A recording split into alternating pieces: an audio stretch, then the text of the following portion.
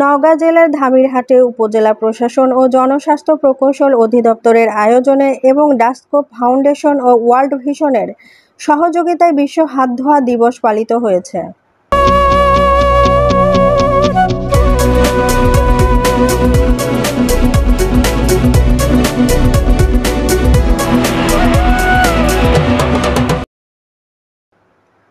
আসসালামু আলাইকুম। এডিবি বাংলা সংবাদে সবাইকে স্বাগতম জানাচ্ছি। আমি পিঙ্কি আক্তার। আমাদের বিশেষ প্রতিনিধি মোহাম্মদ মমিন আলীর পাঠানো তথ্যচিত্রে দেখুন বিস্তারিত। এ সময় বিভিন্ন দপ্তরের কর্মকর্তা, শিক্ষার্থী ও এনজিও প্রতিনিধিগণ দিবস উদযাপনে অংশগ্রহণ করেন। র্যালি শেষে জনস্বাস্থ্য প্রকৌশল অধিদপ্তরের উপসহকারী প্রকৌশলী মিলন কুমার এর সভাপতিত্বে আলোচনা সভায় প্রধান অতিথি শাহরিয়ার রহমান হাত ধোয়া দিবসের গুরুত্ব তুলে ধরে বক্তব্য প্রদান করেন।